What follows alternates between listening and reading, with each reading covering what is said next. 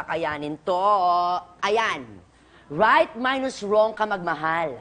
Binaliwala mo ang lahat ng tama ko sa bawat mali na nakikita mo. Galit, galit. Ito na ang hugot story ni Luke. Lifeguard ako sa isang resort at isang araw, may babaeng nalunod sa pool. Sinagip ko siya. At doon, nakilala ko si Mia. Nalaman ko na doon din siya nagtatrabaho sa resort kung saan ako bilang accountant.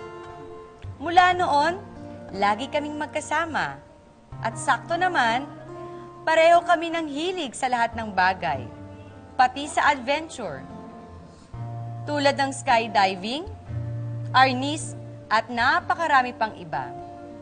Pagkatapos ng 2 taon, naglakas loob ako na aminin sa kanya na mahal ko siya.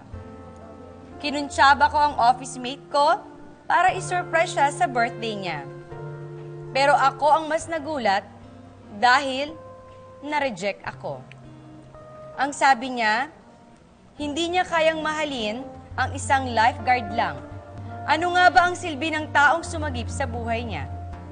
Sinabihan pa ako ng parents niya, hindi namin pinangarap na makita ang anak namin sa ibibigay mong buhay para sa kanya. Marami pa kaming plano para sa kanya at sana hanggat maaari, huwag mo nang guguluhin pa ang anak namin. Para akong nalulunod sa luha ko, sino na ang sasagip sa akin ngayon? Ay, naku. Napakasad. Napakasakit. Parang masyado namang nakaka-offend yung term na lifeguard ka lang. Kasi sa trabaho naman natin, wala namang maliit at malaki. Correct. Basta marangal ang trabaho mo. Basta nagagawa mo yung obligasyon mo sa lipunan, hindi mo maituturing na trabaho lang yun. Kaya nga siya nagtatrabaho para maarating din yung mga pangarap na gusto niya sa buhay. So, in short, nawala yung utang na loob sa pagsagip ng buhay dun sa swimming pool. Kumbaga, naisip ba ni Mia na sa mga ganong sitwasyon na kayang isakripisyo ni Luke lahat para sa kanya? Correct. Even his own safety. Yes. Siguro sasagutin ko na lang yung dulong tanong nitong si Luca. Sabi niya, nalulunod ako sa luha. Sino na ang sasagip ngayon? Madali lang.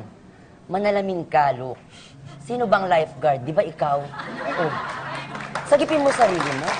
Pero minsan sa sitwasyon na down ka na, minsan kahit ikaw yung gustong tumulong para sa sarili mo, hindi mo alam yung gagawin mo. Kaya nga ang dapat, ipaligiran ka ng mga taong totoong nagmamahal sa'yo. Yes. Dahil sila ang #1 na tutulong sa'yo.